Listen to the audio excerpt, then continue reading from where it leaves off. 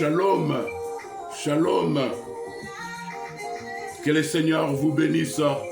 C'est votre humble serviteur, le pasteur Doné Nzao. Nous avons quelque chose ici dans notre cœur. Tongo Ebisabana Nzambe.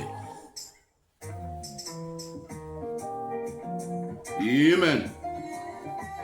Que le Seigneur vous bénisse, place Bozali, Nabanda Kunabino, Zamba Pambolabino, Nzambe na Branama, Pambolabino, Bampongo.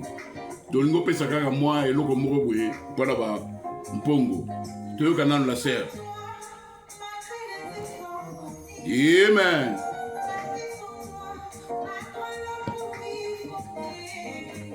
Ma vie sans toi, ton vidéo.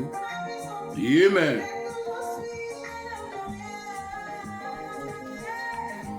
Oh, mettez dans mon âme la vie de Jésus-Christ. Hey. Alléluia.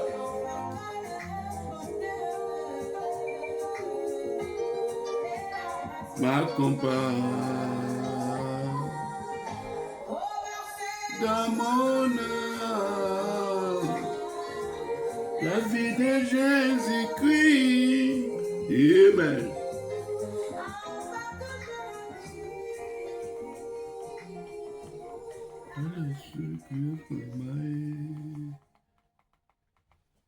Que le Seigneur vous bénisse.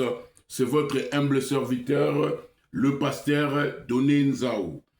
Alors, Seigneur a tchèque l'omoko na mutema na biso, tolinga kaka pour encourager bana na Nzambe pendant 5 ou bien 6 minutes les aigles de Dieu dans le monde entier, que Ninoyo, Dieu, Frère Branham nous a dit, le prophète nous a dit que Dieu pardonne et oublie.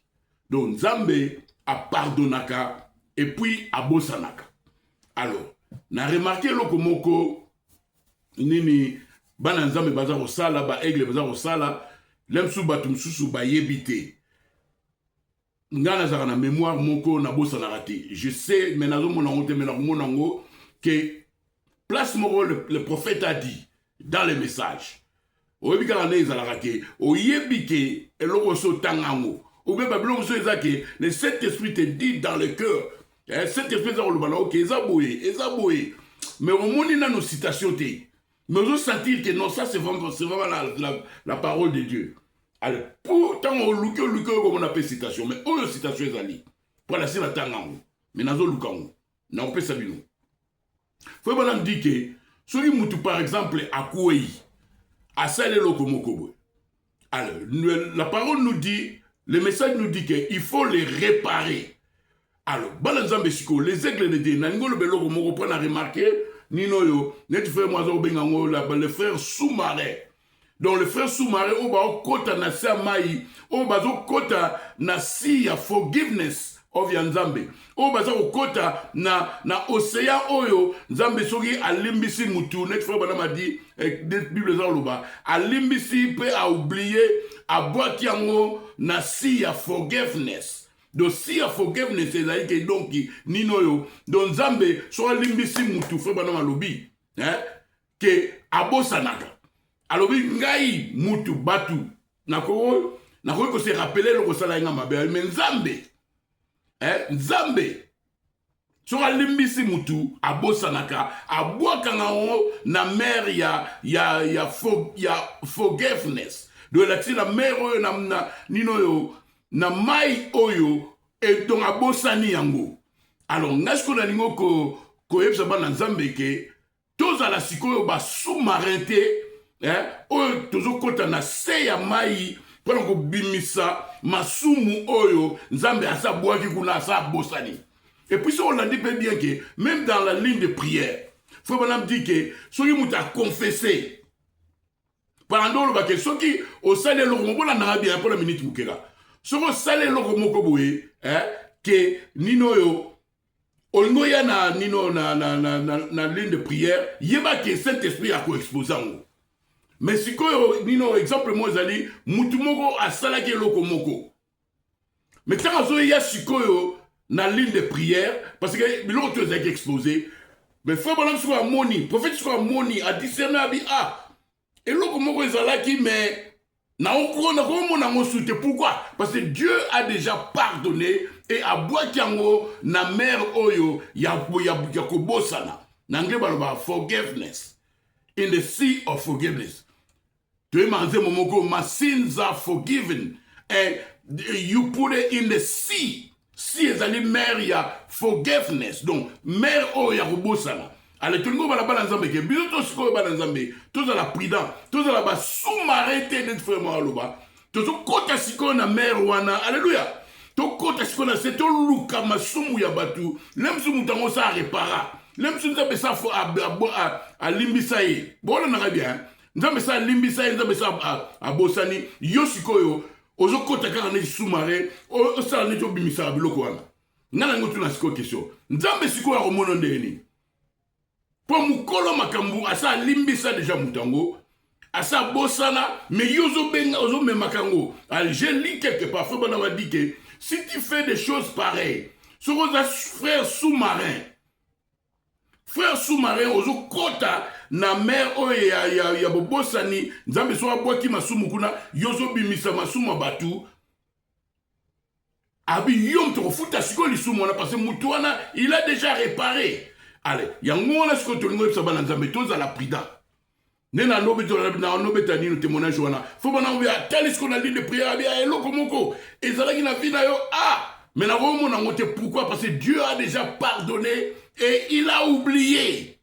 Allez, nous aussi, nous devons être comme Jésus que tout ça makasi que quand nous pardonnons, quand nous t'asengi pardon, te pardonner et puis tobosana ne faut bana le habitu zabatu mais tout ça là tout ça la neti nzambe tobosana.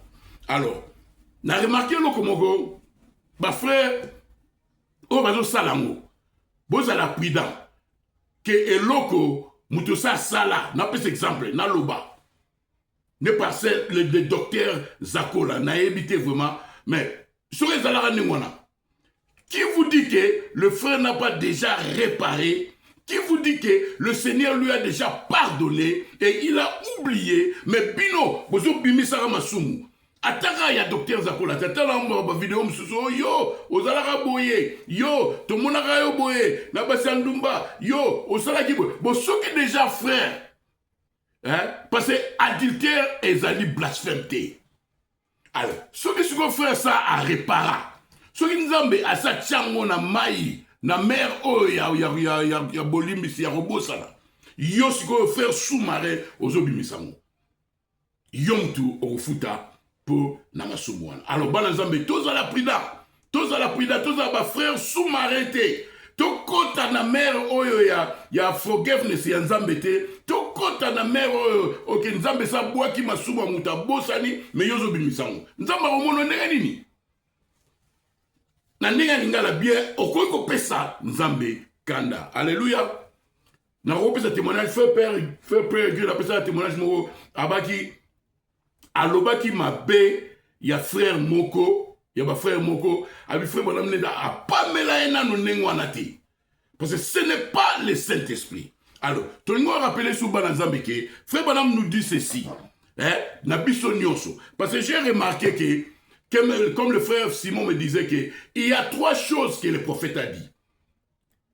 Il y a money, popularity and women. Mbongo, basi, na popularité. Et frère Bana biloko on a mis ça tout et quoi ça surtout ba ministre biloko on a mis ça tout ba ministre Forotala biloko on a mis ça tout à écoute en général ba traiter notre Forotala basi mbongo na popularité et quoi ça yo frère Banam aloba bilo misatu. J'avais un frère qui était venu de l'Angola, frère Simon, nous a fait donner. Vous, le prophète a dit qu'il y a trois choses. Il y a les femmes, l'argent et la popularité. Aïe ben mino, souri mutakoui na moi il est tombé de la grâce. Ah mais souri ministre a commencé teka ba diamant, a commencé à la boye, a commencé comme un mbongo. Comme dans mon mingo, oh Dieu l'a béni. Son ministre a commis populaire, oh Dieu l'a béni. Mais c'est me boye bake eza bilo komisatu. So quoi na mbongo te. okweya na basi. So okwe na basi te, okweya na popularité. Alors, si koyo frère bana madike, na vie ya biso nyonso pato si sa totika mno okene. Biso nyonso ba chrétien, diable azana kumoko. Pona biso nyonso, point faible na yo diable yebi ke la beta li kofi wana, so na beti donner li kofi wana, il faut akweya. Alors, frère bana lobika bien, ils ont des places sikoyo, faut couvrir la parole. Alors, ndeko nangai, yo, la biloko na misatu, mbongo, basi na popularité. Frère bana malobi, oh ya zai ko garder mingi, ezalaki mbongo. Ya mona so tali, même na via frère bana, azaki prida pour na mbongo, ano paso la bacheka ba millions de dollars, parce que abi ano watch mbongo. Ano tala mingi mbongo, abi parce que azaki na problème la basité, azaki na problème la popularité te. So mutalinga iwa on la populaire zaï frère bonhomme mais nzambe déjà l'évacuer malgré aboya kambo mais ça déjà populaire so que na Congo partout autour qui est William Branham batu bayebi na mokili modima mais frère bonhomme zaï na problème ya basité azaki na problème ya popularité te mais anota la nembongo mais yonanga sikoyo photo yeba na mutema na biso point na biso faible za nini bon lem sou frère oyo frère bonhomme na message mo que ikers l'homme soit là qui délivré na makambo basi. Alors, ici koyo, mutuan de faye basi koyo point na faible, il faut couvrir en haut. Ni par exemple aux pasteurs, aux diacres, au niveau que nous sommes la bonne serre.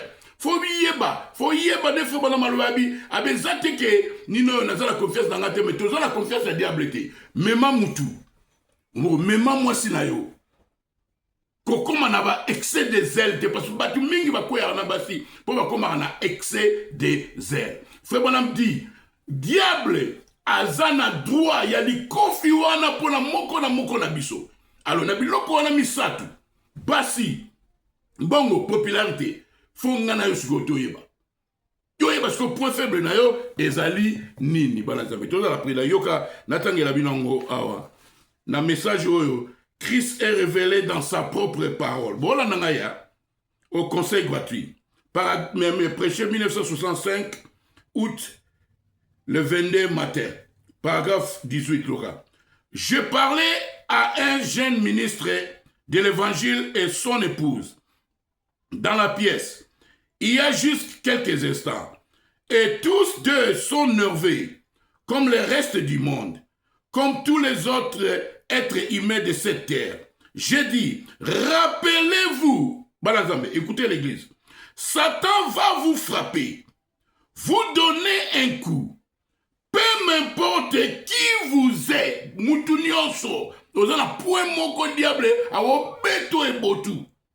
Dieu, il a droit à ces coups-là, voyez qu'il y a un diable.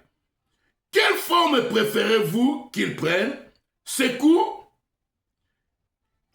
Que vous soyez aveugle ou arthritique, ou condamné à rester assis dans une chaire, ou bien nerveux, voyez-vous, il a un endroit quelque part où il peut vous frapper.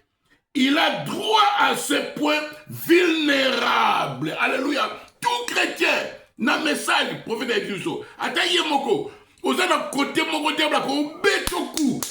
Faut pas la au point vulnérable. Donc, faut te yeba. Mais si quand il y a un point vulnérable, il y a cause à la base. Na muto un point vulnérable, il y a cause à mbongo. Na muto un point vulnérable, il y a cause à la popularité. Na muto un alem sous maladie. Donc, faut tous à la prudent, tous à la bas chrétien, sous-marin, te yoka. Là, c'est ça. Il a un endroit quelque part où il peut vous frapper. Il a droit à ce point vulnérable. Voilà l'endroit que vous devez tenir couvert tous les temps avec la parole. Donc, la ligne à conseiller Banazambe ke nino yo tous à la prudent parce que sur l'andi na message oyo for him will accept. Faut bana azolo bake azolo bayoka na tengela bino nino yo. Natanga abi soki Nzambe alimbisi mutu ezaneti abwaki lisumu wana na mai oyo ya kobosana. tika ete tokanisa makambo tolobi. Que le Seigneur vous bénisse. Shalom.